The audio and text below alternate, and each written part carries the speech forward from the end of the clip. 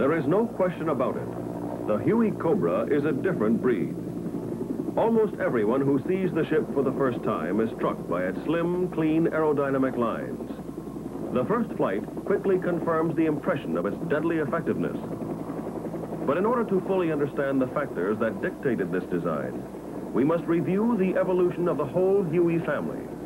For the roots of the AH-1G lie back in 1955. It was that year that the first Huey helicopter flew. This was a utility helicopter designed for the frontline evacuation of casualties. It was wide enough to accommodate litters across the ship for ease of loading. It soon became apparent that the basic Huey design would serve far more missions than just medical evacuation. The family of Hueys we know today was quick to evolve. The XH-40, the UH-1A, B, and D.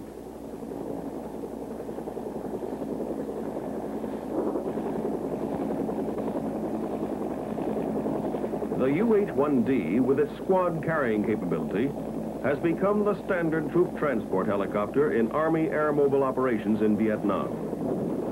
And to offer armed support to these troop-carrying helicopters, the UH-1B, and later designation of the C with the 540 rotor system, was adapted to the armed helicopter role. Although this new breed of weapon helicopters has proven itself indispensable, there has been a basic compromise in aircraft performance. The addition of various weapon kits substantially increase both drag and weight. This has created the paradox of escort aircraft, which have less speed and maneuverability than the troop and cargo carrying vehicles they are to support. The Army realized that the quickest way to achieve a meaningful improvement was to modify the Huey into an integrated weapons configuration. These then were the design parameters of the Huey Cobra: maximum utilization of operational Huey components, packaged in a shape that would provide the performance and mission effectiveness that combat required. So the Cobra took shape around combat-proven Huey components. The 540 rotor system with its simplified door hinge design, the Army's 1,400 shaft horsepower T-53L13 turbine engine, and a transmission and tail rotor system which is common to both C and D model Huey helicopters. Tandem seating gives the Cobra the advantages of improved performance due to a slim fuselage and increased combat effectiveness for the pilot-co-pilot gunner team by means of virtually unlimited visibility. In 1963, Bell verified the tactical advantages of tandem seating in their experimental Sioux Scout helicopter. The chin turret and the lift obtained from the wings were also evaluated during the flight test program of this concept aircraft.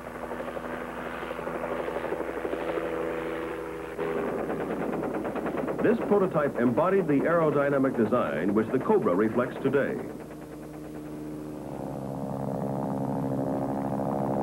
The Huey Cobra speed and maneuverability comes primarily from the greatly decreased aerodynamic drag. The fully armed Huey gunship, with a fuselage 108 inches wide, has a flat plate drag area of up to 35 square feet. The Huey Cobra, with equivalent armament, has less than 1/3 the drag of its predecessor. This reduction of drag, coupled with the increased horsepower, provides the Huey Cobra with increased airspeed and rate of climb. This will permit the Cobra to arrive in the target area sooner, remain there longer, and carry a greater ordnance load. For the first time, the troop-carrying helicopters of the Army will have an armed escort which can move easily in and around the formation, combining maneuverability with high forward speed for protection of the escorted ships. Closely linked to the Cobra's high-speed performance are the flight characteristics of stability and maneuverability. To utilize its high performance to best tactical advantage, new flight techniques have been developed around the Cobra's unprecedented maneuverability. These return-to-target maneuvers are the helicopter equivalent of fixed-wing acrobatics. When one talks performance, It is only natural to consider the rotor system. The Huey Cobra uses the standard 540 rotor, but the stabilizer bar is gone, replaced by a simple 3-axis electronic stability augmentation system.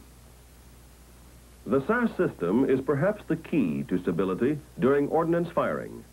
These rate-sensing gyros are able to detect changes in aircraft attitude caused by wind gusts, rocket firing, or other external inputs. The SAS system is able to sense attitude changes and make control corrections before the movement is apparent to the pilot. This not only gives inherently better accuracy, but also allows both pilot and gunner to concentrate on the mission during critical firing passes. Armament is, of course, Huey Cobra's reason for existence. The aircraft has been designed with armament a functional part of the entire airframe. The TAC-102A chin turret houses a single 7.62 millimeter minigun.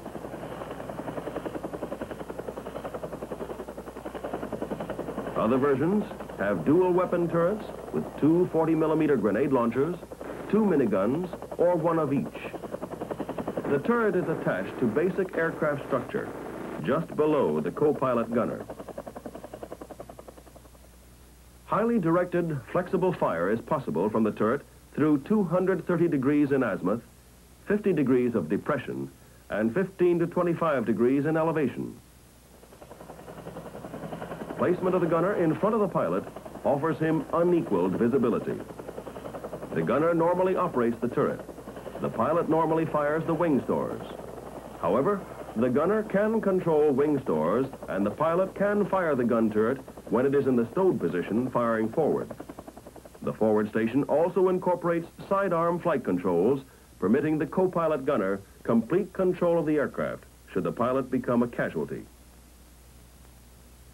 A fully articulated pantograph gun sight with built-in lead compensation is attached to the floor directly above the turret. This relationship of turret and sight minimizes gunnery errors due to parallax or deflection of intervening structure. The gunner has a choice of 1,300 or 4,000 rounds per minute firing rate. For the TAC-102A, the Cobra carries 8,000 rounds of 7.62 ammunition. Palletized ammunition is located in a bay directly behind the chin turret. Access to the ammo bay is provided on both sides of the ship. This affords extremely quick turnaround time, even with a mixed ordnance load. Huey Cobra wing stores are mounted on 4 hardpoints. These currently include the XM-18 minigun, the XM-157 2.75-inch folding fin aerial rocket pod with 7 rockets, or the XM-159, which contains 19 rockets. These wing stores can be mixed or used in pairs on the hardpoints, providing a maximum load of 76 rockets. A 20-millimeter installation is under consideration. Crew and aircraft protection has been designed as an integral part of the Cobra, not an afterthought. Pilot and gunner seats are protected by lightweight boron carbide armor panels. The pilot seat is built of steel armor. Critical engine components, the fuel control system, and the compressor section have also been protected by armor. The hydraulic boost system has been protected through redundant design. Self-sealing fuel tanks have the ability to seal 50 caliber penetrations in the bottom 1/3 of the tank. The middle third can resist 30 caliber penetrations. The top 1/3 is tear resistant. One of the strongest lessons to come out of Vietnam is the need for improved aircraft survivability. Let's consider infrared and the growing arsenal of lethal heat-seeking weapons. For the past decade, the aviation community has emphasized performance, only to realize that the ability to survive in a hostile environment must also be an important design consideration. The Cobra has been designed to meet the weapon threats of this decade.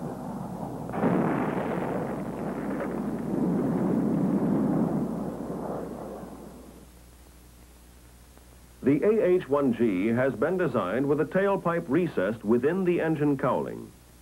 Air entering the sail provides engine compartment cooling and exhausts through and cools an IR heat shield, reducing the aircraft infrared signature. This IR suppression technique substantially decreases the probabilities of infrared-seeking missiles acquiring the Cobra as a target. The Huey Cobra retains the maintenance ease of the Huey family. No lubrication is required in the Teflon-bearing 540 door hinge rotor. Large hinged cowlings provide better than ever access to engine and dynamic systems. Avionics equipment is located in the aft fuselage. All antennas are buried or flush mounted to minimize drag. Most maintenance functions are similar to earlier model Hueys, and the Huey Cobra enjoys the same initial high time between overhaul as other Hueys. These design considerations were not arbitrary, but are the result of extensive constant feedback by Bell representatives in the battle areas of Vietnam. Prior to final design of the Cobra, top management of Bell went to Vietnam to learn from the men who fly Hueys what was needed in an armed assault helicopter.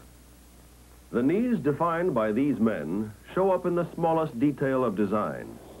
Take the emergency ordnance jettison system. The outboard loads are piston-driven downward with a force of 1,500 pounds. The inboard stores angled away from the ship with twice the force. It is a small item of hardware, yet it could make the critical difference in survivability in many marginal combat situations. And like all forms of insurance, high survivability design considerations buy a sense of security even should they never be used. It would be difficult to conceive of a more extensive test and evaluation program for any aircraft. The wide variety of ordnance has been extensively fired in situations which approximate ultimate combat deployment. The Cobra test program was flown by Army pilots with extensive Vietnam combat experience.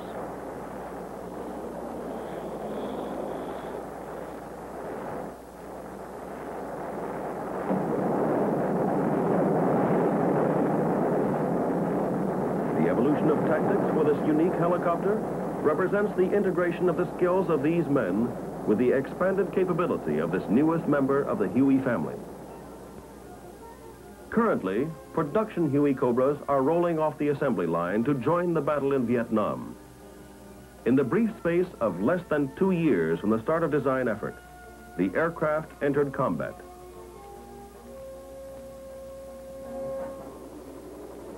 Today, the Huey Cobra, backed by a heritage of more than 3 million air hours chalked up by other members of the Huey family, is in the skies to ease the burden of the Army man on the ground.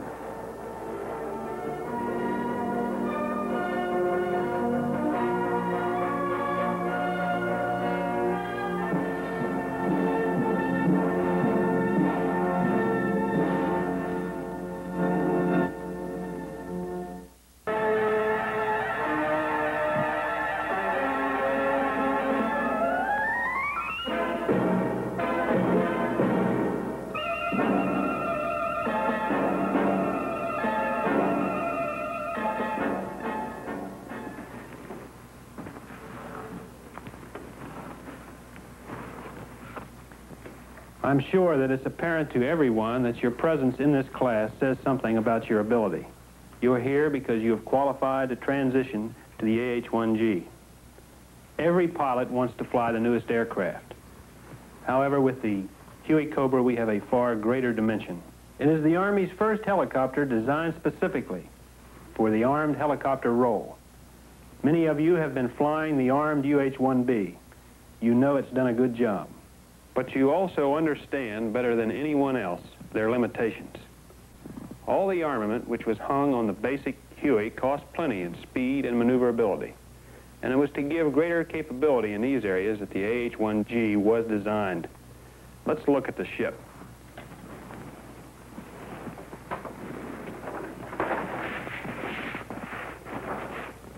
The combat-proven components of the earlier Huey ships have been preserved in the Cobra.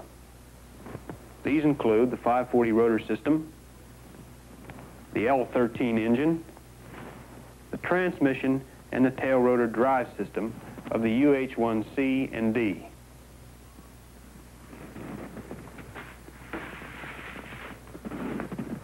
Around these items has been wrapped a new aerodynamic shape with about 1/3 the drag of earlier Hueys with similar armament. The clean shape is a function of tandem seating.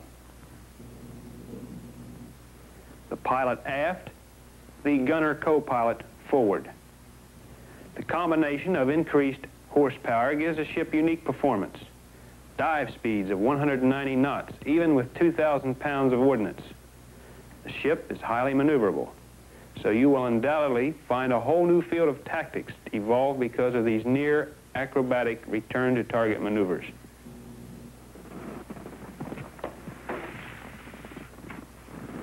There is a wide variety of available ordnance, as this chart indicates. You can select any mix which will be right for your specific mission requirements. This varies from a lightly armed configuration with just the chin turret and perhaps 2 XM-157 rocket launchers on your wing stores, all the way to the hull configuration utilizing 4 XM-159 rocket launchers.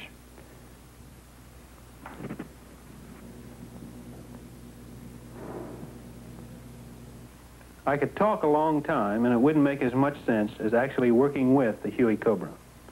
So let's step outside and begin working with your new aircraft. The AH-1G pre-flight is not too different than the helicopters you have been flying, except, of course, that this is a gunship. And this should be your first check. Determine that the armament is safe and the battery switch off. Check your fuel level, a standard procedure.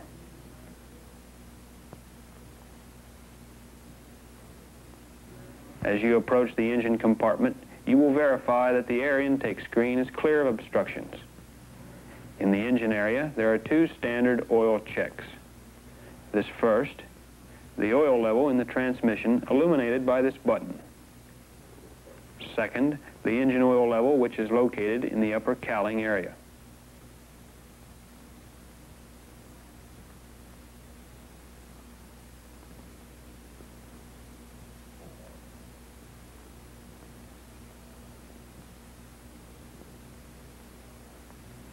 Sump drain, again, a standard procedure that is a familiar habit. As you progress toward the tail, you will make the usual visual observation: condition and cleanliness of the wing and airframe surfaces, and the latching of all cowl and access panels. The tail has 2 gearbox oil levels to check: 42 degree and 90 degree. The oil level is easy to verify visually. Again, on this side of the ship, make certain the air intake screen is clear of obstructions. As you progress forward, the number 1 and number 2 system hydraulic oil checks should be performed.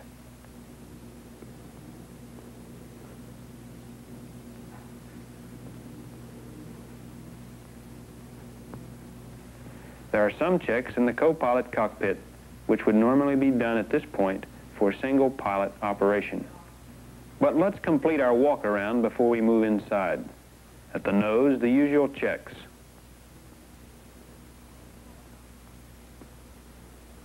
The cover has been removed from the pitot tube, and that it is open. Check the battery for condition and connection.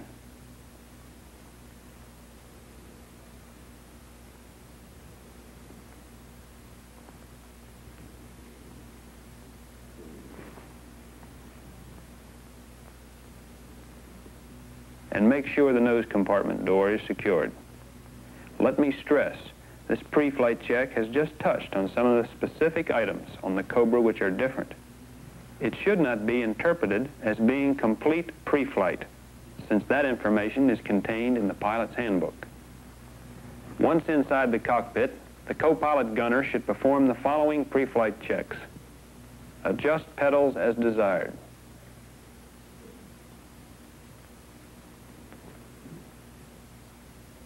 Fasten safety belt and shoulder harness.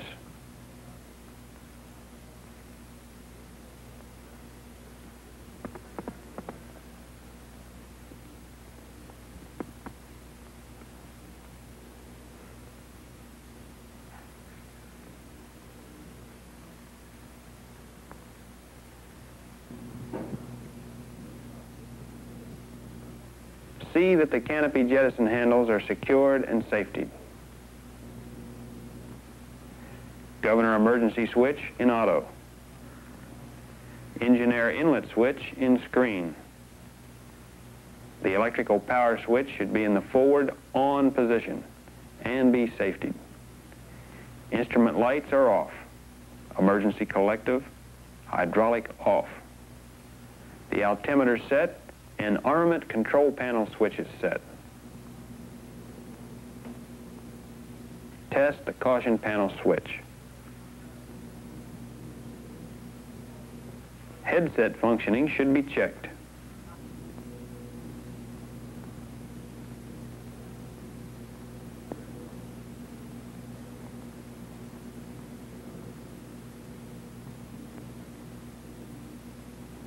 The gun sight should be stowed and secured, as well as any loose equipment such as the knife.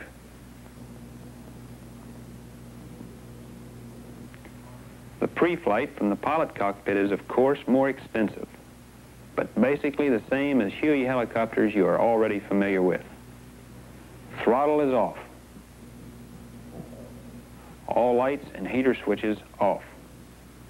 The engine air switch should be on screen. The force trim switch, forward or on. The hydraulic test switch, centered. Verify that the following are in the off position. RPM warning switch, emergency collective hydraulic, fuel, SAS power, master arm, battery, generator, and inverter. Compass slaving will, of course, be on mag. Non-essential bus, normal on. Now, move the battery switch to on, unless using an APU. The inverter switch goes to main. Test your caution panel and master caution lights.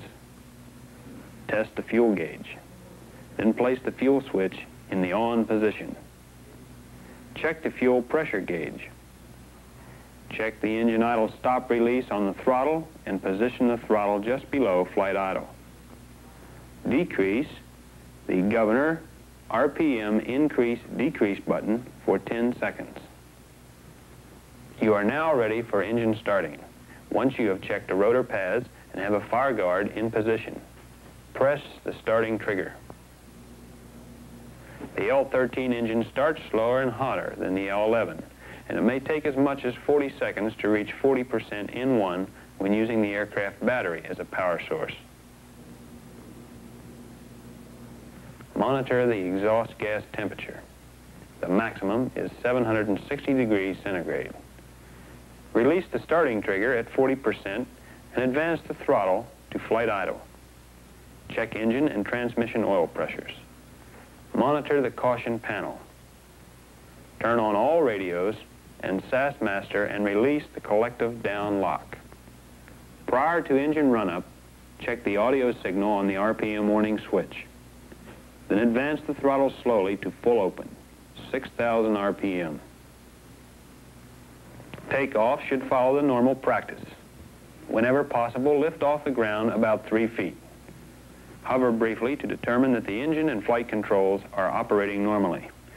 Then apply forward cyclic to accelerate smoothly into effective translational lift. Drop the nose slightly to achieve an airspeed of 60 knots.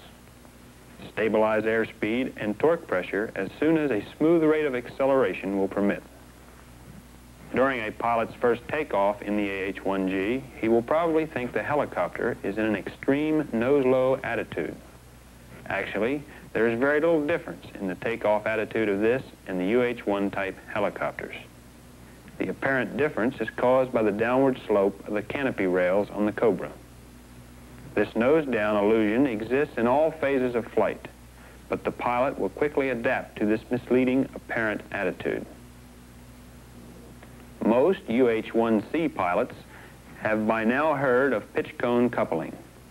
This is the characteristic of the 540 rotor head to automatically reduce pitch under loading to keep RPM up. Under conditions of severe loading, the rotor RPM may overspeed above the red line unless the pilot adds collective pitch. This same condition is present in the AH-1G. since it also has a 540 rotor system. The increased airspeed of the aircraft makes the Huey Cobra even more susceptible. Briefly, the sequence of events starts when the rotor is subjected to high G forces, causing the blades to cone upward. As the hub bends, the pitch chain horns try to move but are restrained at one end by the control tubes. As the butt of the blade moves upward, trying to force the control end of the horn down, the pitch chain horn pushes the trailing edge of the blade up further, causing the rotor pitch to decrease. This then causes the rotor RPM to increase unless the washed out pitch is put back in by collective application. This rotor loading can occur in power on or power off flight, such as the flare in auto rotation. During maneuvering flight, the pilot should cultivate the habit of increasing collective pitch slightly when increasing G load with cyclic and decreasing collective when relieving the G load with cyclic. Up to an airspeed of 130 to 140 knots, the AH-1G is very similar, operation-wise, to the UH-1C. Above 140 knots, it is necessary that the pilot devote more attention to flying the aircraft and to planning maneuvers prior to doing them. As discussed earlier, the pilot should allow adequate altitude for pull-ups, adequate room for high-speed turns, and maintain RPM and torque control while maneuvering. And remember auto-rotation procedures and characteristics. To decrease airspeed from high speed down to approach speed requires quite a bit more time than most helicopter pilots are used to. During this time, the aircraft travels a considerable distance, and it is very easy to overshoot the landing area. As in the UH-1 helicopters, the AH-1G cannot develop enough rotor thrust to pull a high enough G load to cause airframe damage. However, the increased vibrations occurring can cause accelerated component wear. With increasing airspeeds, an increasingly larger portion of the rotor loses lift until the major portion of the available thrust is being used just for lift and forward speed, and only a small amount remains for use in changing direction. This is why there may be a mushing feeling to high-speed pullouts. A fighter pilot is well aware of somewhat the same effect in a fighter when pulling out of maximum airspeed dives. It is important that the Cobra pilot be very familiar with the altitude required for pullout at different airspeeds and gross weight. During high-speed dives, about 40 psi of torque seems to give the best feel to the aircraft. During a pullout, a lower collective angle gives a better response than pulling out with full power in. Also, using less than maximum available power gives a bit more margin for error in the correction for pitch cone coupling effects. It must be realized by the pilot that his helicopter is much faster than other helicopters and will be operated in more severe maneuvers. Pilot procedure errors that can be tolerated at low airspeed can be serious at high airspeed, so a complete familiarity with the operational procedures and characteristics of the AH-1G helicopter is essential. It should also be realized that operational limitations, such as maximum airspeed, are not to be exceeded. On older UH-1s, limitations could be exceeded for periods of time with only an increase in the rate of wear of the parts. Exceeding limitations under some conditions in the AH-1G can result in inadequate control response or abnormal flight attitude if the engine, SAS, or hydraulic system fails, or other possibly hazardous consequences. Auto-rotation is the most critical phase of handling any helicopter. Let's see how the Cobra handles. During high-speed flight, if the engine quits or the throttle is chopped, the aircraft pitches up slightly, causing the SAS to put in a nose-down correction. If the pilot takes no control action, the SAS drives the rotor down in front and then up and then down again, attempting to keep the aircraft level. This flapping of the rotor can be excessive and could conceivably cause damage to some of the rotating components or mounts. To prevent this flapping, the pilot should immediately apply a moderate amount of aft cyclic at the time of the engine cut. The pilot input will signal the SAS that the pilot wants a slight nose-up attitude and prevent the SAS from flapping the rotor down. The slight flare will also hold the rotor RPM up while the collective is reduced and the airspeed brought back to the 60 to 100 knot range. Throttle chop on the AH-1G at treetop level with high forward airspeed should be entered by flaring at once and decreasing the collective after the nose comes up. A hard flare can result in ballooning as high as 500 feet, so landing field selection can be made. Collective should be used to keep the rotor RPM within limits and the flare adjusted to control descent angle. As in all auto rotations with any helicopter, pilot technique must vary in accordance with the actual conditions of airspeed, altitude, and gross weight at the time of the engine failure. The nose-low illusion that exists in all phases of flight due to the downward slope of the canopy rails may disturb the transitioning pilot during his first autorotative landings. The normal tendency is to roll out of the flare to a nose-high attitude of 10 degrees or more. This, of course, results in initial ground contact with the heel of the skids. Landing in such a manner, especially if the ground speed is a bit too fast, will cause the helicopter to pitch forward abruptly after initial touchdown. Such aircraft pitching can damage the skid gear or dig the turret into the landing surface. It is necessary then for the student to force himself to push the nose beyond what looks like a level attitude just prior to touchdown until he learns what the true landing attitude is. After a few hours in each cockpit, the new pilot will adjust to this unusual appearing attitude, and it will be of no further concern. Although not as critical as in autorotative landings, normal landing visibility from the aft seat is somewhat restricted. When looking directly forward, the pilot finds that he can see little more than the gun sight and the back of his gunner's helmet. It is necessary then to develop the habit of looking forward to the sides of the canopy.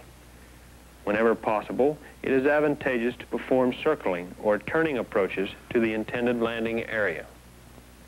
Because of the necessity of looking through the sides of the canopy, many pilots crab the helicopter slightly to further improve their visibility. This crab should not be continued to the touchdown phase of the approach. At some point, shortly before touchdown, the pilot must look forward to see and correct for this crab.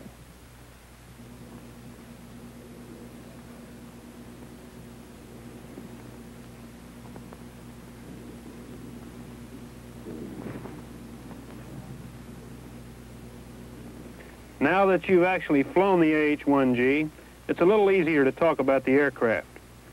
From the front seat, most pilots display the same tendencies. The cyclic stick is usually over-controlled due to its short length. Often, it is moved to the left when attempting to move it aft. This is caused by the natural articulation of the human arm. Many pilots fly the aircraft out of trim or bring the nose up in turns. The tendency to shoot approaches too fast is caused by the smooth aerodynamic qualities of the Huey Cobra. From the rear seat, we can anticipate many of the same problems, plus failure to adjust for the additional height of the rear seat, and the necessity to crab slightly during approaches for optimum visibility. In the AH-1G, we have a high-performance aircraft with no abnormal characteristics. Those of you with high-performance fixed-wing experience will find the transition into the Huey Cobra is much like coming home. However, those of you with only rotary wing experience or with relatively little flight experience will find that in-flight planning will be a little more demanding. During your first few hours of flight, you may encounter some difficulty in staying far enough ahead of the aircraft. You're all good pilots or you wouldn't be here, and the aircraft has already established an enviable record of safety and performance. These two factors combined will make the AH-1G the success that the Army expects it to be. Enjoy your flying.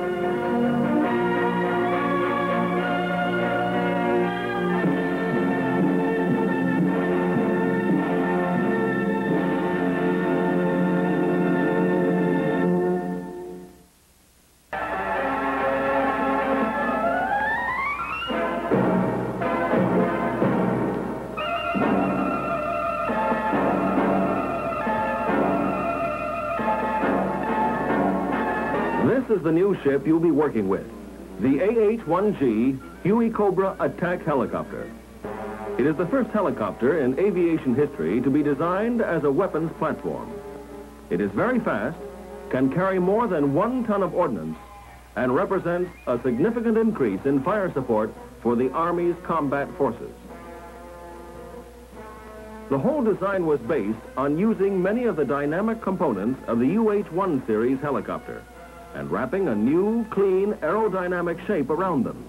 It is this new fuselage which we should look at first, for it is a different breed of cat from the previous UH-1 models. On the earlier Hueys, all of the access panels and doors were made of thin aluminum skin. For all practical purposes, they did nothing more than cover the airframe structure. They could all be removed or opened at once, and the aircraft could be moved in this condition. The AH-1G is much more like a jet fighter. Many of the airframe panels are part of the structural integrity of the aircraft. They have aluminum or titanium faces with fiberglass honeycomb backs. They are designed to carry airframe loads and do it effectively. Let's look at the most extreme case. With the aft fuel tank access panel removed, the aircraft is in a marginal structural condition. Should someone try to move the ship by the tail, structural damage might occur. Obviously, to carry the loads which the structural panel does, a support such as a jack should be used under the tail section. As you go around the ship, you will find these structural panels everywhere. It may help you to understand why you have to remove 40 screws sometimes when you know that the panel could be held on with 6. Although the panel could be secured with so few, the aerodynamic flight loads couldn't be carried without using all 40. You'll also notice the screws themselves, flush Phillips head screws. They have been used because of the aerodynamic integrity of the AH-1G. They require a Phillips head screwdriver in most cases. The Army knows that there will be a lot of these to remove and replace, so there have been additional screwdrivers of the right size and type added to your tools for this ship. Components which produce unnecessary drag on the Huey Cobra have been eliminated. This design philosophy is apparent throughout the whole ship. Everything has been faired in or covered over. Take those rocket pods, for example. The shaped nose covers can make a difference of 11 knots in aircraft speed. But let's start walking around the ship and see where the main components which interest the airframe mechanic are located. The nose compartment door consists of a contoured laminated fiberglass panel with spring-loaded hinges and spring latch fasteners.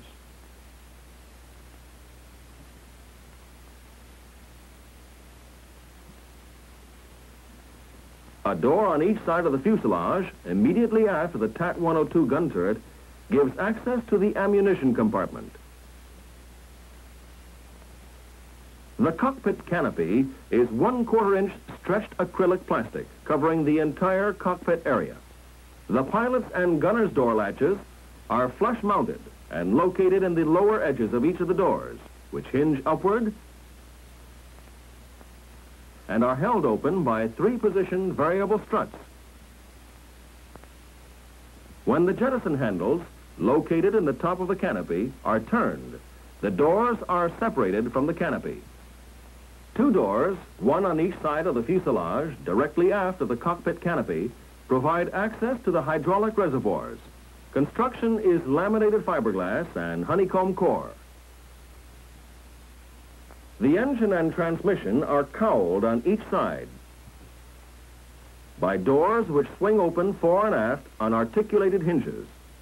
The pylon area is covered by a laminated fiberglass enclosure. Doors are provided in the center section for access to the swash plate and in the aft section for access to the engine oil tank. A 1-piece enclosure streamlines the engine tailpipe. 290 pounds of advanced type armor materials have been integrated within the airframe structure. to protect the crew and vital aircraft components. Crew seats are constructed of dual hardness steel with under and side panels of boron carbide. Engine, compressor section, and fuel control are protected by boron carbide panels.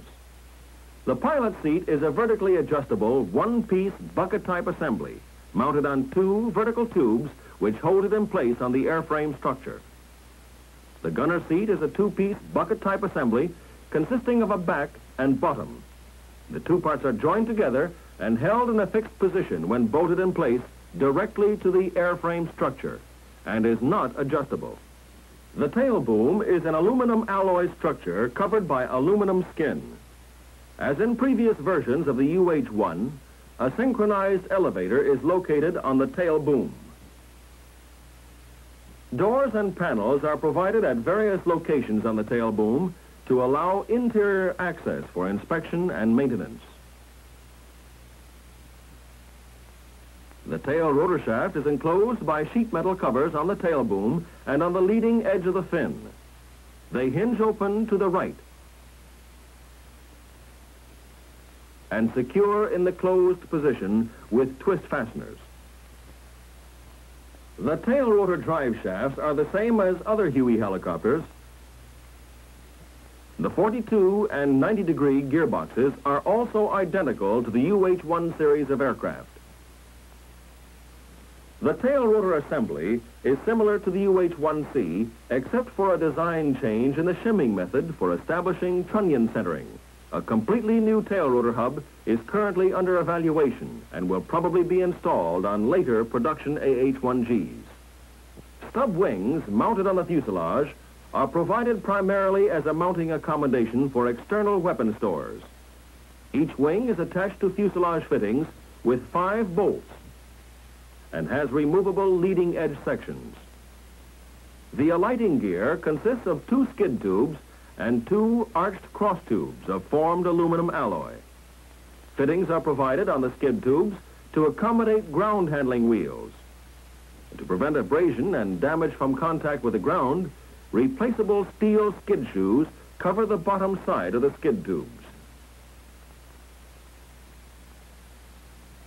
The AH-1G main rotor is 44 feet in diameter and has 2 27-inch cord blades on a 540 door hinge type hub. This system enables the Cobra to fly at high air speeds with exceptionally low vibration levels. The main rotor assembly is the same as the UH-1C. The pitch horns are different due to the fact that the stabilizer bar of the C model has been replaced by the SAS system. The mast is also not interchangeable, since it is heavier and has a series of different splines. Now that we have been around the ship, you will have noticed that a lot of components look similar to the UH-1 series of Hueys, while a lot of components look similar, but are stronger. The whole airframe structure is substantially beefed up, and individual items, such as a landing skid, are completely different. It is stronger and attaches entirely differently than UH-1 skids. The rotor blades are the principal source of lift for the helicopter. They are made from aluminum honeycomb and are bolted to the grips at the inboard end. The blades require careful inspection for nicks, scratches, dents, and voids. Your TM55-1520-221-20 has very specific descriptions as to what should be fixed and how to do it, and what should not be repaired but replaced. Like many other areas of the aircraft, this will be one of the most important parts of your job. Knowing the difference between what you can and should repair and what you should replace. Of course, all blades must be tracked after every installation. And this is a good time to go back to the Dash 20 and see the new type of troubleshooting table which has been provided. In clear, step-by-step procedures, the entire tracking operation is detailed. And after each step, there are choices to be made, depending upon how the test worked. The swash plate and support assembly is similar to the UH-1C, except the components are stronger. The swash plate uniball friction device and the collective sleeve collet are also similar to the UH-1C. The transmission is located directly ahead of the engine and is suspended by pylon isolating mounts on structural supports extending above the power plant deck. The unit is coupled to the engine through a short drive shaft. The transmission provides drive angle change and speed reduction through a train of spiral bevel gears and two-stage planetary gears to drive the main rotor mast. A freewheel clutch in the input quill coupling disengages to allow main rotor and gear train to turn freely when engine is stopped or is idling below rotor driving speed, such as in autorotational descent. The AH-1G uses the Huey Universal Transmission. It is the same basic transmission as used on the UH-1 helicopters, except that the AH-1G has no main generator. The starter generator is used as the main generator. A separate film in this series on the AH-1G covers the Huey Universal Transmission. It details where the quills, which are particular to individual aircraft, are located, and how these should be installed to adapt the basic universal transmission to any Huey helicopter. The complete engine and power transfer system is enclosed in an easily opened or quickly removable lightweight cowling. The turbine engine and its accessories are located after the transmission and are mounted on a platform deck to provide maximum accessibility for servicing and maintenance. The T-53L13 series gas turbine engine is a free turbine type, flat rated at 1100 shaft horsepower. Flat rating refers to the limitation on the engine due to the airframe. The engine itself is capable of 1400 shaft horsepower. The engine consists of the usual 5 sections: inlet, compressor, diffuser, combustor, and exhaust sections. The bipod and tripod engine mounts on the AH-1G are the same as on previous Huey helicopters.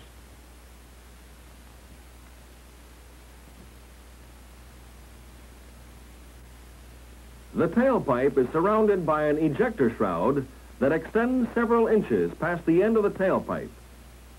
This ejector mixes cool air with the exhaust gases to reduce the infrared radiation.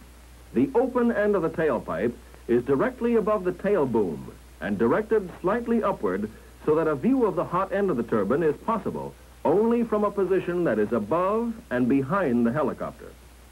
2 similar but separate hydraulic systems are used to operate flight control power cylinders, stability augmentation system servo actuators, and the armament turret. Systems number 1 and number 2 are exactly alike as to their reservoirs, transmission-driven pumps, and module assemblies. If one system is disabled, the other system can still operate normally. In addition to operations for both systems, hydraulic system number 1 has the following special functions: tail rotor controls hydraulic cylinder, yaw stability augmentation system servo actuator, emergency collective hydraulic power provisions, and cyclic controls accumulator and lockout valve. Hydraulic system number 2 has the following special functions: armament system hydraulic power provisions, and pitch and roll stability augmentation system servo actuators. The electrical power systems consist of a DC and an AC system. The 28-volt direct current supply system is a single conductor system with a negative lead grounded to the helicopter structure. Alternating current is supplied by one 100-volt ampere single-phase inverter that converts the 28-volt DC to 115 volts AC to the SAS system, fuel quantity, gyro compass, attitude indicator, AC fail relay, and 26-volt transformer. The 26-volt AC transformer, in turn, supplies AC to the following: fuel pressure, engine oil pressure, transmission oil pressure, torque pressure, and heading indicator. The primary flight control systems are the main rotor collective, fore and aft cyclic and lateral cyclic, and the tail rotor controls. Each of these is a system of mechanical linkage, assisted by hydraulic servo cylinders, connecting the pilot's and gunner's control sticks and pedals to those mechanisms which rotate with and directly control the main rotor and tail rotor. Obviously, the tandem seating configuration of the Huey Cobra will pose some complications in control rigging, since the system must be more complex than the side-by-side seating of earlier UH-1 aircraft. The AH-1G Stability Augmentation System is a three-axis stability and control augmentation system integrated into the conventional helicopter fore and aft, lateral, and directional flight controls. SAS provides a highly damped airframe during wind gusts and weapons recoil and was designed primarily to provide a stable weapons platform. One of the systems on the AH-1G, which is completely different from previous Huey models, is heating and ventilating. The crew compartments are ventilated by air drawn through a screen on the front of the pylon fairing and forced through the distribution system by a continuously operated transmission-driven blower. Air is distributed through adjustable ventilators on both instrument panels, vents to sides of canopy, and cushions of crew seats. Air leaves the compartments through a blower opening located in the aft bulkhead. Heat is provided by bleed air from the engine compressor system. Bleed air is also used through windshield nozzles for rain removal. Rain removal from the windshield is accomplished by setting the selector switch on the instrument panel to rain removal position. When the selector switch is in the rain removal position, no bleed air flows into the crew compartment. Armament is the Huey Cobra's reason for existence, and it has a great variety. Let's start at the chin turret. The TAT-102 armament subsystem is a hydraulically and electrically operated system providing wide angular coverage and rapid fire. The weapon is a 7.62 millimeter hydraulically powered automatic multi-barrel minigun. The weapon incorporates 6 barrels and 6 bolt assemblies which revolve about the longitudinal axis of the weapon. The weapon, with the delinking feeder, is mounted in the turret and is capable of short bursts or prolonged firing at rates of either 1,300 or 4,000 rounds per minute. The gunner's fire control panel is located in the co-pilot gunner station in the right deck, forward of the flight controls. The sighting station consists essentially of a simple compensating sight head and hand grip assembly attached to the aircraft floor by means of a 5 degrees of freedom support structure. The ammunition feed system consists basically of ammunition box assemblies, a crossover feed assembly, a flexible ammunition chute, and a synchronized cartridge drive assembly. The ammunition box assemblies are mounted in the aircraft aft of the turret assembly. The external stores pylon installed on the AH-1G equips the helicopters for carrying various external stores or weapons. The ejector rack of the pylon is equipped with an electrically operated ballistic emergency jettison device in each inboard and outboard ejector rack. The ejector racks must be cleaned at the end of each firing day in which the emergency jettison is used. The orifice in the outboard ejector rack must be replaced after each second jettison of stores. Installed in the AH-1G is the XM-20 smoke grenade dispenser, which releases standard smoke grenades used for spotting and identification. This dispenser is loaded with M8 or M18 smoke hand grenades by the armament crew prior to flight. It consists of 2 clusters of 6 canisters, either of which may be selected by the pilot. The wings each have 2 hardpoints for ordnance stores. Armament currently qualified for use includes the XM-157 launcher, which fires 7 2.75-inch folding fin aerial rockets. Also, the larger XM-159 launcher, which can fire 19 rockets of the same type. Both types of launchers are reusable. Inboard hardpoints on each wing can accommodate the XM-18 minigun pod. The gun fires 7.62 millimeter ammunition. Both the gun and the feed system are powered by a self-contained electrical system. The mix of weapons will change depending upon mission requirements, since the variety of armament available provides an extremely versatile attack capability. Your TM-20 contains complete requirements for special inspection, test flight inspection, overhaul and retirement, and the standards of serviceability for the AH-1G. There is flexibility in performance of these inspections to allow for the variety of climate and terrain in which the Huey Cobra will serve. The Army TMs, your -20 and -35 handbooks. Use them and be sure to add the periodic revisions to the books. Don't forget, the pilots of your unit depend on your skill and dedication.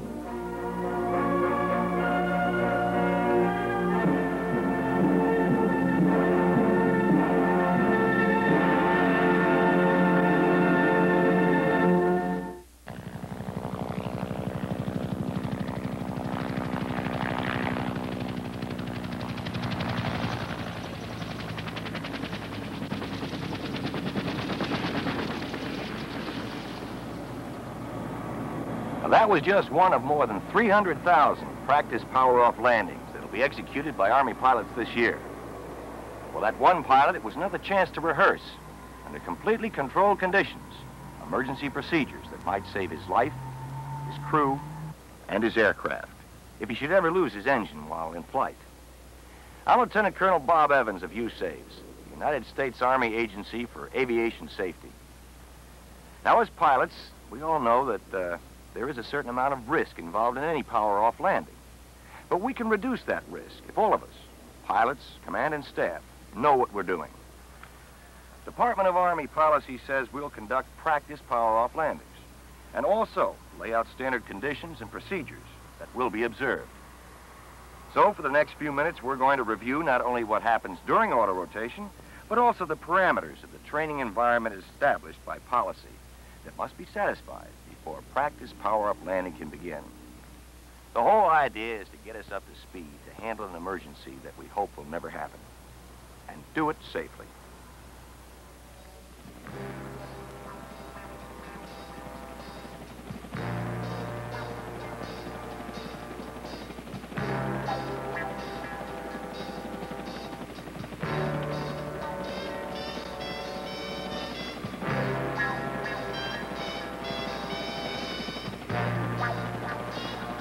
It's important to have a good understanding of what's happening physically during auto rotation, because these factors underlie everything that's required for maximum safety procedurally.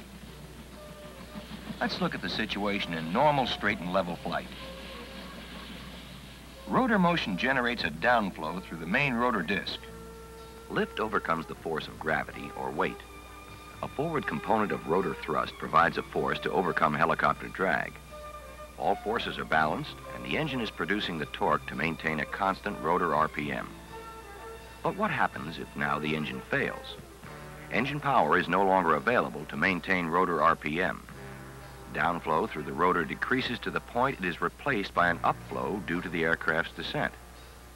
Looked at in another way, as a result of the engine failure, lift and thrust start to decrease. In addition to this, another factor is aggravating the situation. The radical change in relative wind produces a high angle of attack, and the resulting high drag slows the rotor, threatening to stall the blades unless corrective action is taken. The danger is that without immediate positive pilot action to change the angle of attack, rotor RPM will decay rapidly due to profile and induced drag. And because rotor lift varies as the square of the RPM, lift capability will be lost at a substantially higher rate. If this continues too long, rate of descent may exceed auto rotation capabilities for recovery. For example, A 10% reduction in RPM leads to a 20% reduction in rotor lift, a 1-to-2 ratio.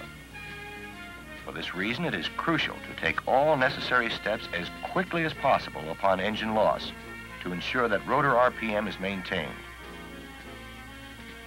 The obvious pilot action is an immediate down collective that promptly reduces pitch and angle of attack, and then to establish the required velocity of flow through the rotor that will ensure maintenance of rotor RPM. This can be achieved by descending vertically, but the rate of descent must be very high, in the several thousands of feet per minute, and obviously enough altitude must be available for this purpose. On the other hand, forward motion can be made to contribute a substantial share of the flow at a much reduced rate of descent. At zero or low air speeds, you can expect high rates of descent. The rate declines to some minimum point with an increase in airspeed, a flight condition you can choose by adjusting aircraft attitude and auto rotation. In many cases, minimum rate of descent is the preferred condition. By changing attitude to increase airspeed, rate of descent again climbs until a maximum range condition is achieved. Increases in air speeds beyond this point are no longer optimum and may even be dangerous due to progressive loss of lift. The standard procedures governing practice power-off landings in the Army are designed to produce a rate of descent that is a compromise between minimum descent and maximum range points. This also provides generous options for you to exercise in emergencies, allowing you to select any airspeed in the included spectrum for landing spot selection purposes without risking a hard landing.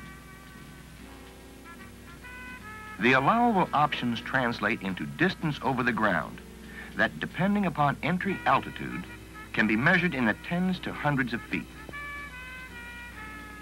If altitude remains the same, risk of hard landing, serious damage to the aircraft, personnel injury, or even death increases with either a decrease or increase in airspeed. Trying to stretch a glide by increasing airspeed beyond the maximum range rate of descent can lead to disaster, just as surely as decreasing airspeed below the minimum rate of descent. Looking at your options from overhead, range over the ground available to you from the initial entry point decreases if a turning maneuver is involved, due to the higher rate of descent that results from increased aircraft G-loading, even while RPM is maintained. Again, some degree of choice between minimum rate of descent and maximum range is available, but attempting air speeds and rates of descent above and below the optimum band again can lead to serious consequences. All right, those are some of the concepts that apply to auto rotation. But in the execution of the power-off landing, there are many additional factors involved. So let's consider it in more detail. The landing maneuver must be conducted in phases, each of which has a specific purpose related to controlling rate of descent or airspeed, or both. The line of flight from entry to touchdown is therefore rarely a straight line, except at descent angles close to vertical where forward ground speeds are low. Achieving proper flight conditions that will set up auto rotation is of critical importance at entry. The objective is not only to down collective to reduce drag on the rotor, but also to counter loss of engine torque by adding right pedal, and then to select an attitude that will produce the proper airspeed and thereby the proper rotor RPM. This will place RPM in mid-green. You might call the initial part of power-off landing the steady state phase. This serves two main purposes. You adjust the controls to maintain rotor RPM and consequently preserve a suitable degree of lift so that descent to a lower altitude can be achieved safely, and also to conserve the kinetic energy available in the rotating mass of the rotor for application during later phases of the maneuver. At about 100 feet above ground level, a new phase begins, deceleration. The objective here is to decelerate forward motion and increase rotor inertia and RPM. Deceleration involves a substantial change in attitude, placing the rotor nearly normal to the flow into the rotor. As it is exposed to the full flow of the airstream, the effect is to accelerate the rotor. But this increase in RPM is at the expense of airspeed. a deliberate trade-off, for during deceleration, the rotor is also building up both lift and kinetic energy due to that increased RPM. And both of these must be present if the next phase, at about 10 to 15 feet, is to succeed. During the entire autorotation to this point, collective has been pulled down. But now, an initial pitch pull puts a portion of that increased lift to work. During the initial pitch pull phase, that rotor energy that was built up is drawn on to sharply reduce rate of descent, and this affects both attitude and airspeed. By continuing to pull collective, you expend that high kinetic energy level built up in the rotor during deceleration, and which forces the rotor to continue its rotation during the landing phase, even though airspeed due to forward motion is lacking. The amount of kinetic energy stored in the rotor system is related to its mass and the effects of inertia. Low mass, low inertia rotors give up their energy quite rapidly. High mass, high inertia rotors persist in their rotation for longer periods of time. The effect is to cushion the landing, using the available lift to control descent, touchdown, and to hold the aircraft weight off of the landing gear during runout, if any. Only after aircraft motion is stopped do you down the collective fully to conclude the landing. That was a good standard practice autorotation. Each phase was carried out just about right on the mark. Now be advised that the penalty for failing to observe the successive requirements for each phase of a power-off landing can be pretty drastic. You can bend or ball up an aircraft without too much trouble. Test pilots have placed themselves at considerable risk in engineering test flights to locate the autorotative limits of each helicopter in the Army inventory. Sometimes the only way to find out where the limit is to step over it, like this pilot did. Fortunately, this time he walked away from it. Operating in the caution or danger areas of the high-velocity diagram, in this case low airspeed and insufficient altitude for autorotative recovery, can lead to hard landings. There's no denying the potential risks in power-off landings. But aviation safety organizations such as USAVES, together with various aviation center departments, have helped to define rational and procedural constraints that can lead to the execution of practice power-off landings with reasonable safety. It's these constraints that underlie Department of the Army policy with respect to helicopter power-off landings. The controlling idea is that power-off landing is strictly an emergency procedure. It should never be indulged in just for kicks or casually in uncontrolled circumstances. Accordingly, Army policy requires us to conform to specified criteria before we enter flight training for power-off landings. And it also requires that this training be conducted according to standard procedures that have safeguards structured into them. Army policy says that practice touchdown autorotations are to be conducted only during formal instruction at the Aviation Center, during rotary wing transition flight training courses approved by appropriate authority, during standardization evaluation flights, and when deemed necessary by the appropriate commander. Policy clearly requires that practice touchdown autorotations are to be controlled by the local standardization board as an organized and closely supervised program. Survivability during what is training for an emergency goes up in direct proportion to the extent which those policy criteria are applied. Afternoon.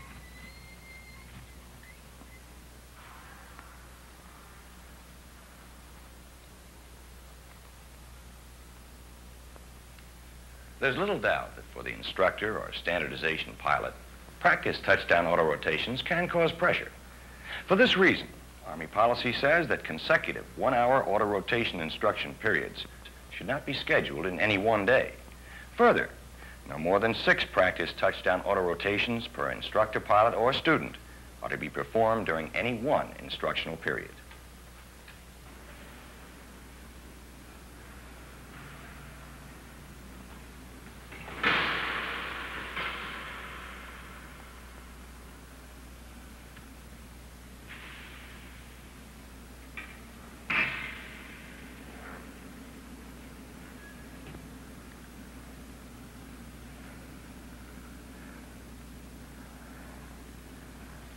Policy also requires that training be conducted at a location that provides for a crash truck with crew standing by, air-ground communications, and a means for opening and closing the practice area.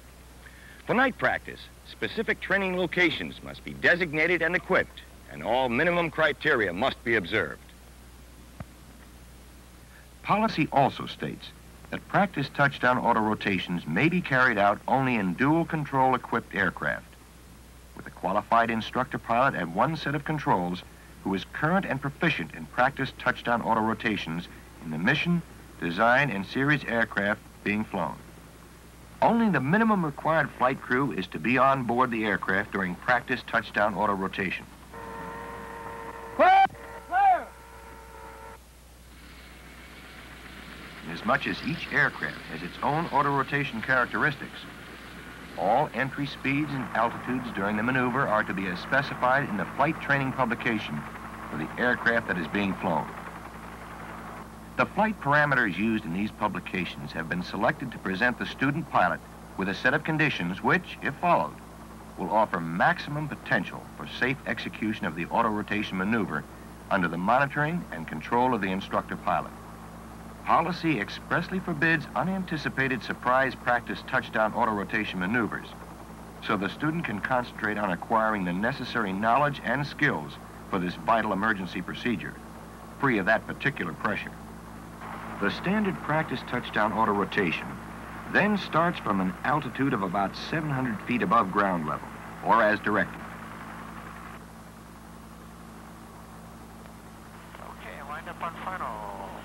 Collective pull down, throttle to flight idle, cyclic and pedals adjusted for coordinated flight.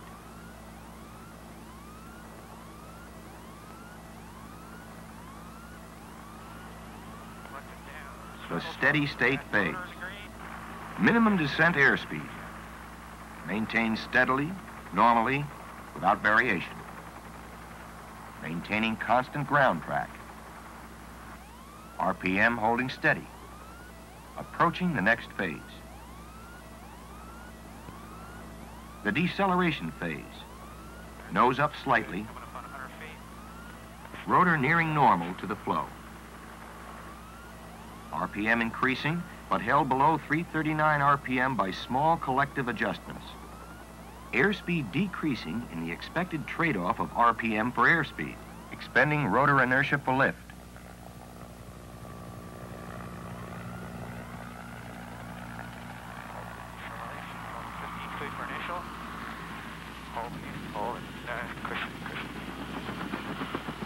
Cushioning the descent to the ground with very little forward airspeed.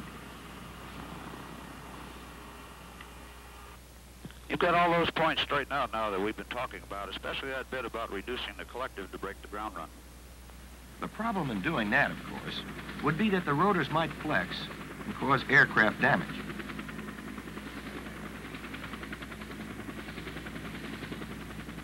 The whole idea is to use collective to keep the aircraft light on the skids until run-out is completed to protect the landing gear. Elements of the standard touchdown auto rotation we've just seen are applicable also to field maneuvers, starting from different initial conditions, at low level, say. So long as the highest obstacle is cleared by 50 feet, Army policy says the low-level touchdown auto rotation can be performed at designated training locations, provided approach zones are sufficiently clear of obstructions to permit visual contact with the point of intended landing from auto rotation entry to termination. That entry speeds and altitudes are as specified in flight publications for the aircraft being flown. That auto rotations will be straight in, maintaining a constant ground track, and that speed reduction climbs or pop-ups will not be performed. As a practical matter, entry to auto rotation may occur almost simultaneously with the deceleration phase, if entry altitude is near 100 feet AGL. And from then on, the maneuver is identical with the standard touchdown auto rotation from higher altitudes. A standard touchdown auto rotation with a turn differs mainly in the initial conditions. And as pilots, you'll need to pay some attention to what's happening to the aircraft during the turns that precede entry into auto rotation. We're watching a maneuver that includes a 180-degree turn. But you're not limited to this, provided other requirements are met. That you be straight in not less than 200 feet AGL, for example.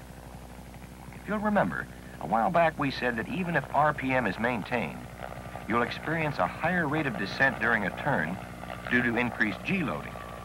Because of this effect, you'll have to initiate the maneuver at sufficient altitude and be sure to maintain coordinated flight to be in a steady state condition by that 200-foot AGL mark. Auto-rotation then follows the pattern we've already described. Incidentally, while the flight training guides and other publications may call for minimum ground runs as the preferred termination, you shouldn't construe this as requiring precision touchdown or zero ground run auto-rotations.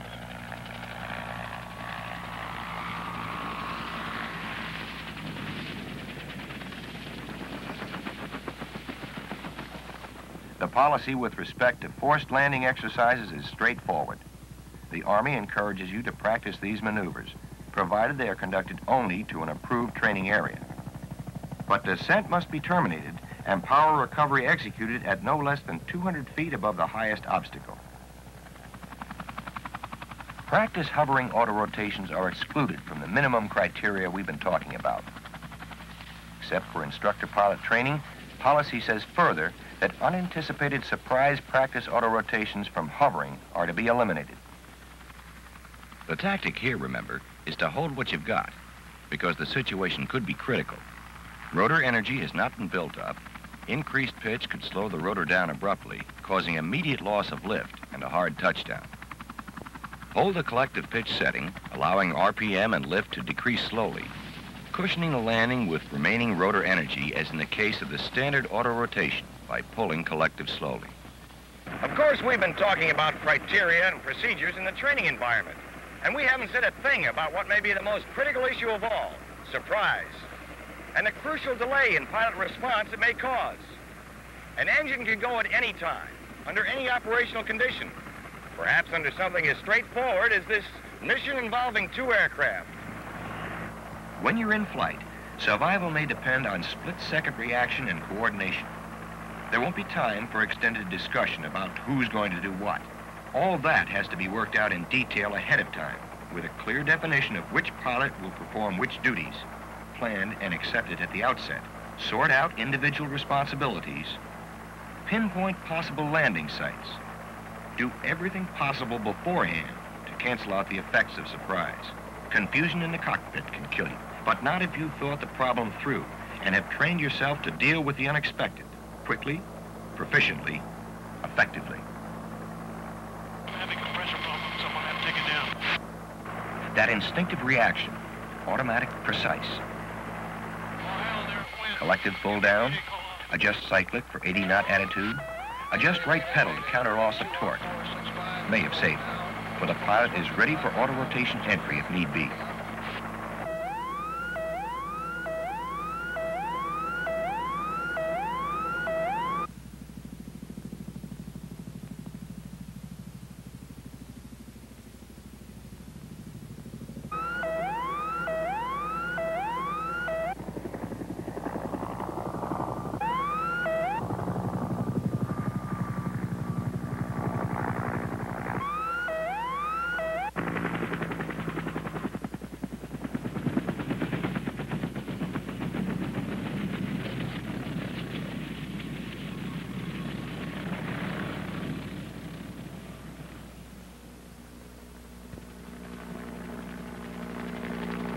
A number of lives and an expensive aircraft, saved by prompt and knowledgeable response to an emergency that could have had disastrous consequences.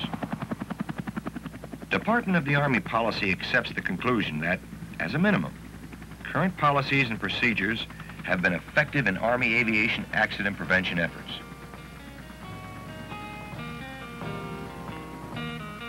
My business is aviation safety. And a safe power-off landing like this one is the payoff for me. And it can be for you and everybody else who flies in Army aviation when your training for power-off landings takes the safe approach.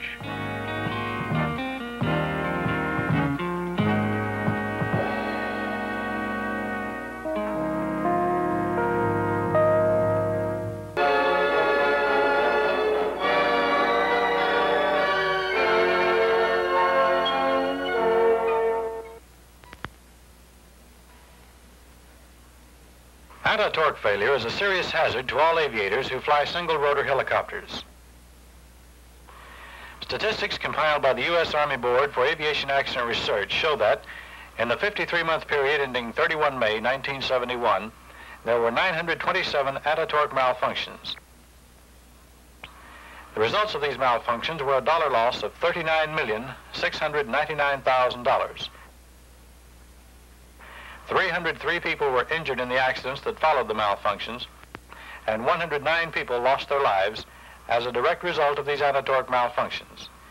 Many of these statistics could have been reduced if proper corrective action had been immediately initiated.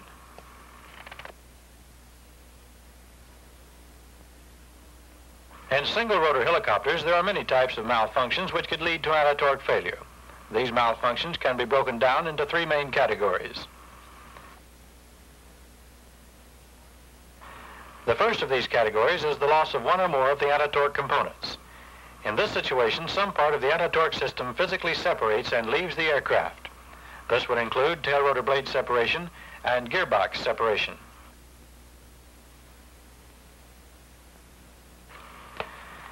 The first indication of the loss of a tail rotor component will probably be a vibration in the aircraft and/or a loud noise. In most cases, the nose of the aircraft will pitch down and yaw right after loss of the component. When forward flight is attempted, the aircraft will tend to roll left. The second category is a failure in the tail rotor drive system. This could be a tail rotor drive shaft failure or a transmission failure. With either of these failures, the tail rotor would lose drive and stop turning. Loss of tail rotor drive will most likely result in the nose of the aircraft yawing to the right, and if in forward flight, the aircraft will roll to the left along its longitudinal axis.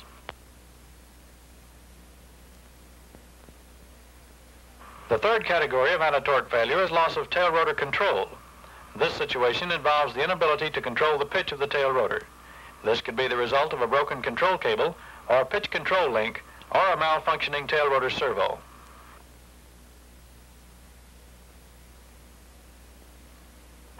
This condition will affect both the yaw and roll attitude of the aircraft, but the direction and severity of the aircraft reaction will depend upon the relationship of the tail rotor setting and the engine power setting at the time of the malfunction.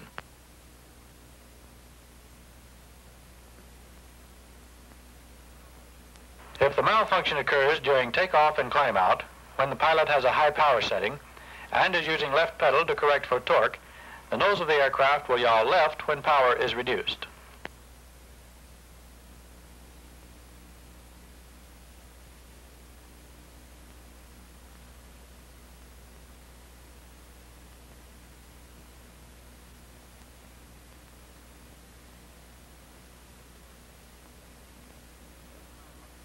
If the malfunction occurs during a low power setting, such as in a descent, the nose of the aircraft will yaw right when power is added.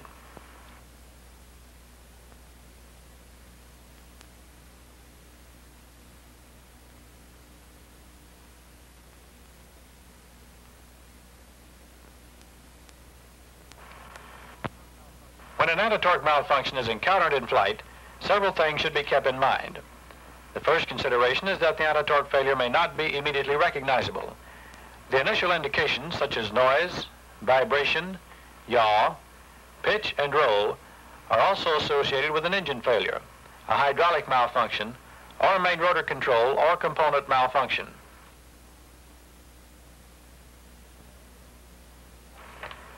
However, upon encountering any of these indications, it is important not to allow the aircraft to lose forward airspeed until a more complete analysis of the failure has been made. Secondly, most cases of anti-torque failure do not result in complete loss of aircraft control unless the pilot fails to initiate and follow a determined course of corrective action. An attempt to control the aircraft should be made using all flight controls until it is determined which controls are affecting the aircraft.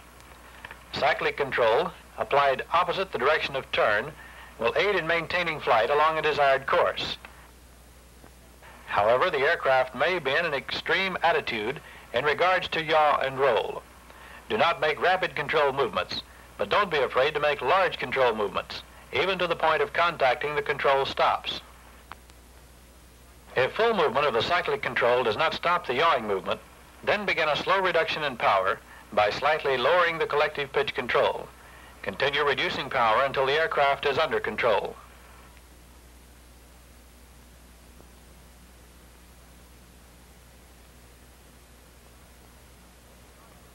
If the yawing movement is not correctable by the initial power reduction, auto rotation will be entered. Auto rotation should not be entered unless the aircraft is otherwise uncontrollable. The auto rotation should be the result of continuing the reduction of pitch and then throttle, and not a deliberate action.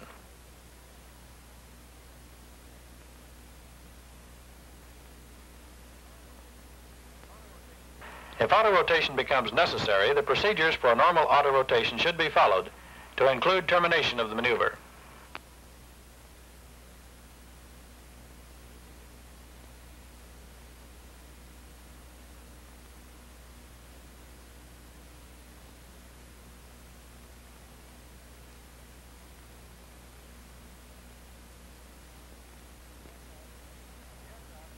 When the aircraft is under control and powered flight is being maintained, the next consideration is an important one. Even though the aircraft is under control and powered flight is being maintained, additional stress is being imposed on the aircraft's fuselage and tail boom. As flight continues, further disintegration of components may be experienced. Therefore, plans should be made to land at a suitable landing area as soon as practical. If possible, select a landing area large and smooth enough to permit a running landing.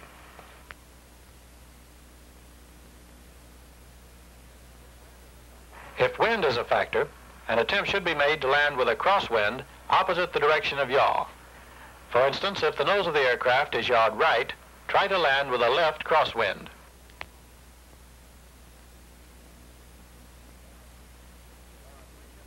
There are three different situations that could be encountered in an attempt to terminate flight after experiencing an anti-torque failure. These situations are determined by the yaw attitude of the aircraft on final approach. In the first situation, the nose of the aircraft has yawed to the left after an anti-torque failure. After choosing a suitable landing area and prior to final approach, in turbine-powered aircraft, adjust the throttle to gain manual control.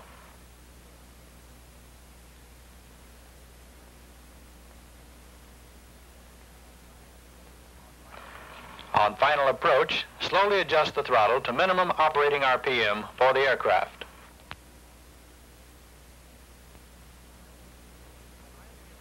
When landing is assured, begin a slow deceleration to arrive at the touchdown point at a speed commensurate with the terrain of the landing area. As the aircraft nears touchdown, increase collective pitch to cushion the landing. The increase in torque will start correcting the left yaw by swinging the nose of the aircraft back to the right. If, after application of collective, the aircraft is still yawed to the left, increase the throttle to further align the aircraft with the direction of movement and complete the approach to touchdown.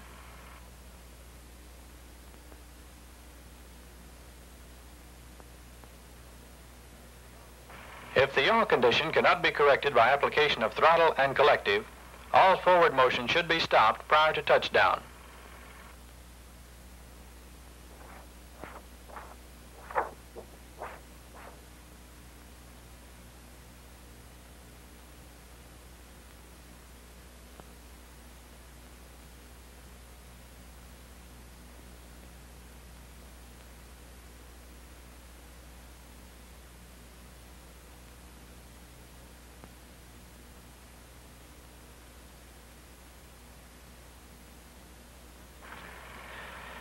In the second situation, the nose of the aircraft has yawed to the right after an anti-torque failure. After choosing a suitable landing area and prior to final approach, in turbine-powered aircraft, adjust the throttle to gain manual control. On final approach, slowly adjust the throttle to full allowable engine RPM for the aircraft.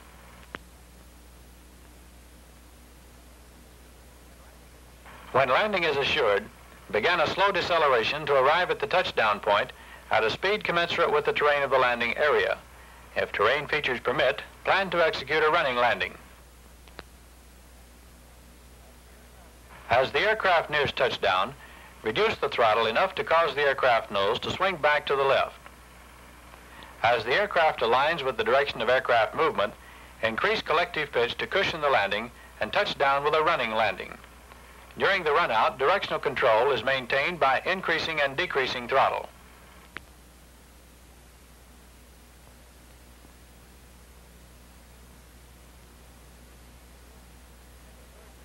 In the third situation, the aircraft is maintaining straight flight after an anti-torque failure.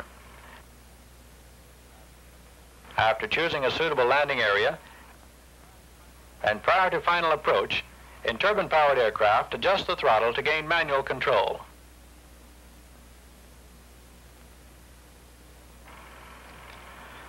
When landing is assured, begin a slow deceleration to arrive at the touchdown point at a speed commensurate with the terrain of the landing area. If terrain features permit, plan to execute a running landing. As the aircraft nears touchdown, use the throttle to maintain the alignment of the aircraft with the direction of movement and execute a normal running landing. During the run-out, directional control is maintained by increasing and decreasing throttle.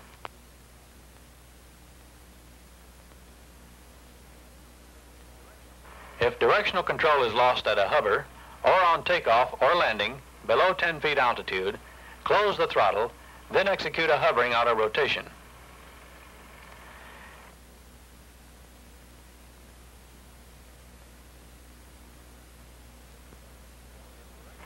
If directional control is lost at a hover above 10 feet, close the throttle, reduce collective pitch, and attempt to level the aircraft.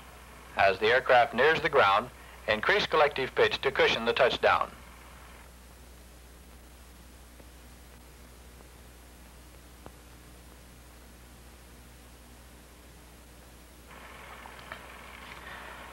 There are many different things that affect the operation of anti-torque systems. When encountering an anti-torque malfunction in flight, the first consideration should be an attempt to control the aircraft and maintain powered flight. Auto rotation should not be entered as a deliberate action, but should be the result of continuing to reduce power in an attempt to maintain control of the aircraft. Anti-torque failure seldom results in complete loss of aircraft control, but the pilot must plan and initiate a course of action to maintain control of the aircraft.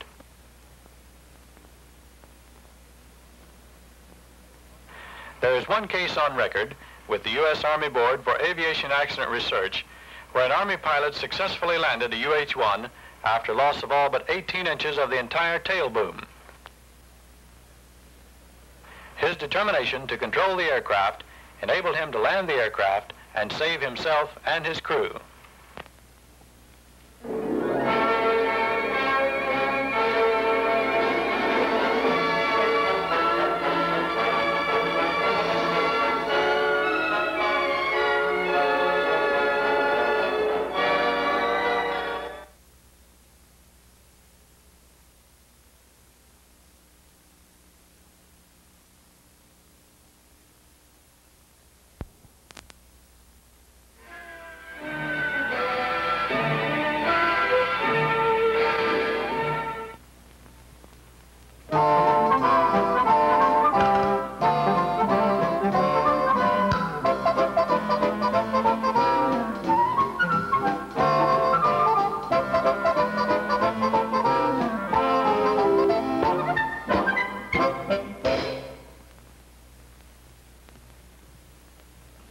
The height velocity curve currently incorporated in the OH-58A handbook was developed by the Federal Aeronautics Administration using pertinent FAA regulations and procedures.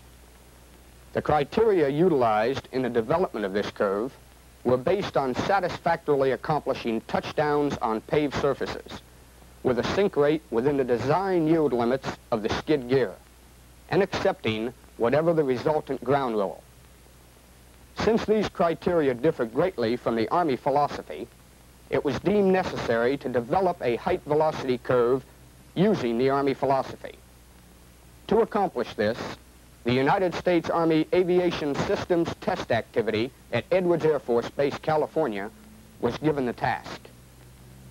The purpose of this presentation is to introduce you to and acquaint you with the flight test technique utilized during height velocity testing. The information presented is an attempt to help you better understand the height velocity curve itself and how the data is obtained from its construction. Being exposed to this information should in no way tend to cause the formulation of the idea that you can go out and practice these maneuvers. Let it be understood that this is not a practice maneuver and should be considered in an emergency situation only. First of all, presented here is a typical height velocity curve. For the purpose of this presentation, we divided the curve into 3 segments. Area 1, high altitude, low airspeed. Area 2, knee area. And Area 3, low altitude, low airspeed. The reason for this breakdown is for simplicity and to point out the difference in technique used in these areas during the flight test. In all 3 areas, movement of the cyclic and collective controls was delayed for 2 seconds following throttle chop. This was done to simulate normal pilot reaction time during actual engine failure conditions. As you will see in the test footage, rotor RPM decay is very rapid, and in all cases, the RPM fell below the minimum power-off operating limits. In Area 1, at a height between 600 feet to 200 feet actual ground level, beginning with a high hover point, the curve was approached with conservatism. Starting with a pre-calculated safe altitude, a series of auto rotations was made, decreasing altitude on each successive maneuver until the actual curve point was reached. As may be seen, in this area, the aircraft was rapidly pitched nose down to an attitude of approximately 30 degrees, following the 2-second delay to regain rotor RPM and accelerate to the desired flare airspeed, or slot position, 60 knots to 100 feet. The technique was held constant throughout Area 1 over a spread of entry airspeeds. Let's again view the Area 1 test footage. RPM is below minimum. The nose is pitched down to an attitude of approximately 30 degrees after the 2-second delay to regain rotor RPM, and then accelerate to the desired flare airspeed.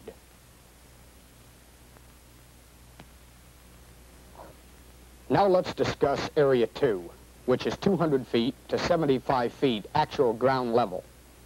In Area 2, there is less margin for error, and the technique for developing the curve was slightly altered. In this area, to minimize the probability of human error, altitude was held constant and entry airspeed was decreased until the actual curve point was reached. It should also be noted that in this area, very little time is available to attempt to increase airspeed after the collective is lowered. In Area 2, after the 2-second delay to simulate normal pilot reaction time, collective is lowered to decrease rotor decay. Then the flare is initiated. Let's take a look at the Area 2 test footage again. After the 2-second delay, to simulate normal pilot reaction time, collective is lowered to decrease rotor decay. Then the flare is initiated.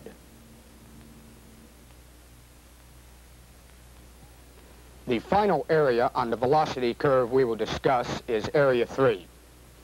Area 3's altitude is 75 feet and below. In Area 3, starting with the low hover point, no attempt to accelerate or regain rotor RPM can be made. With forward airspeed between 15 and 40 knots, a decelerating attitude can be assumed. Dependent on altitude, the collective can be lowered slightly to decrease RPM decay rate. In this area, increased ground roll should be expected.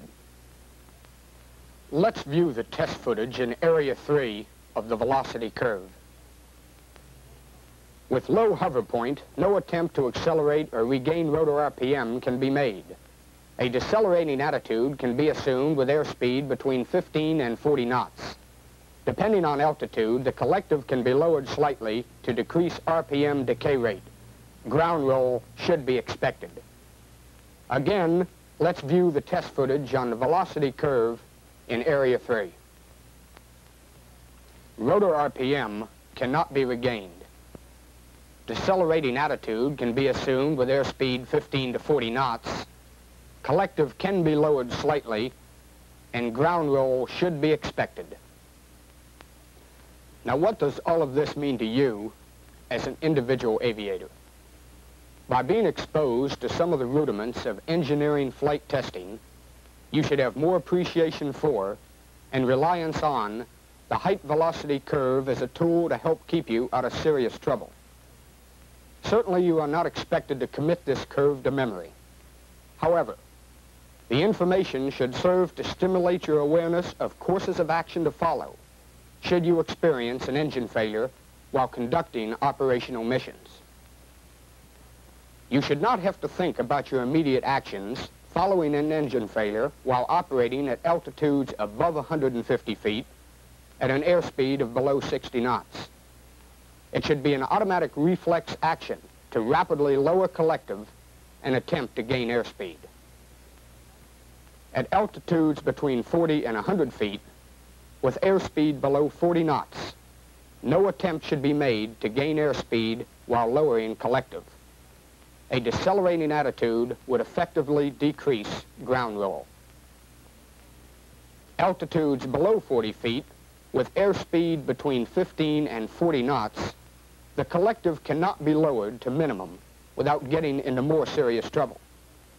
Slightly lowering collective and assuming a decelerating attitude will aid in decreasing RPM decay and ground roll. In summary, the information you have been exposed to should enable you to cope with whatever situation you may encounter during your career as an aviator. Absolute coverage of every possible emergency situation is not practical. However, having some knowledge of steps to take and using your own ingenuity, you should be able to cope with any emergency.